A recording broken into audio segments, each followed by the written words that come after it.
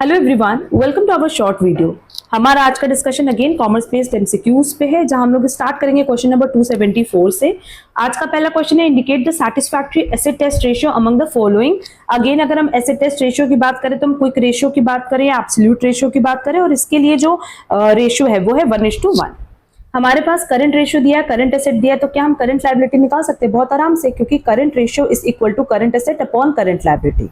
Current ratio हमारा है 2.5 is equal to 50,000 divided by x.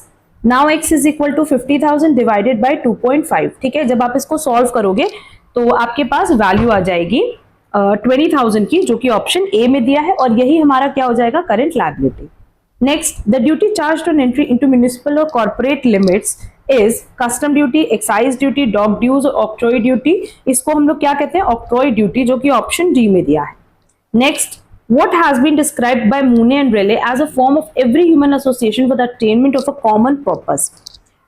Partnership, organisation, cooperative और office. क्योंकि यहाँ पे हम लोग कह रहे हैं कि जितने ज्यादा ह्यूमन बीइंग जुड़ सकते हैं, जुड़े कोई प्रॉब्लम नहीं है, और उनका पर्पस क्या होगा? कॉमन पर्पस होगा, तो इसको हम लोग कहते हैं ऑर्गेनाइजेशन। क्योंकि पार्टनरशिप में लिमिट है, बहुत ज्यादा पार्टनर्स नहीं हो सकते। कोऑपरेटिव सोसाइटी अलग हो गया, बेसिकली हम लोग उसको क्या कहते हैं? कॉर्पोरेट और organisation. Next, elements of company law is a book. ये बुक किसने दी है? एनडी कपूर ने। ये लर्न करने वाले क्वेश्चन से, इसलिए हम डायरेक्टली आंसर बता देते हैं।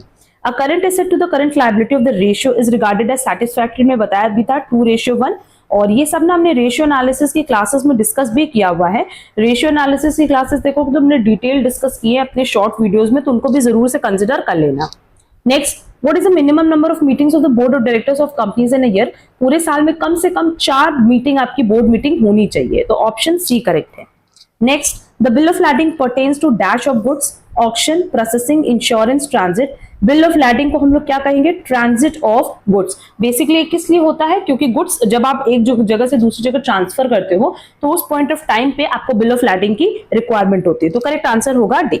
Next, overcapitalization may be caused by high promotion expenses, shortage of capital, defective depreciation policy, all of the above. Overcapitalization and undercapitalization concept पे भी हमने डिटेल डिस्कशन क्लास डाली हुई है, वो कवर कर लोगे तो समझ में आएगा कि ये सारे ही रीजन है जिसकी वजह से आपका कैपिटल ओवर कैपिटलाइज हो जाता है, तो करेक्ट आंसर होगा D, all of the above. अब अगेन ये सारे questions exam point of view से रेलेवेंट है, तो सबकी प्रैक्टिस अच्छे से कर लेना।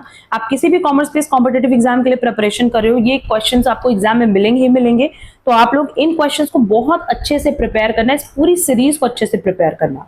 अगर आप इस सीरीज से जुड़े हो तो प्लीज वीडियो को लाइक, कमेंट, शेयर जरूर कर देना। चैनल पे नए हो तो चैनल सब्सक्राइब जरूर करना। अब हम लोग मिलेंगे हमारी नेक्स्ट क्लास में। आज के लिए बस इतना। Thank you so much.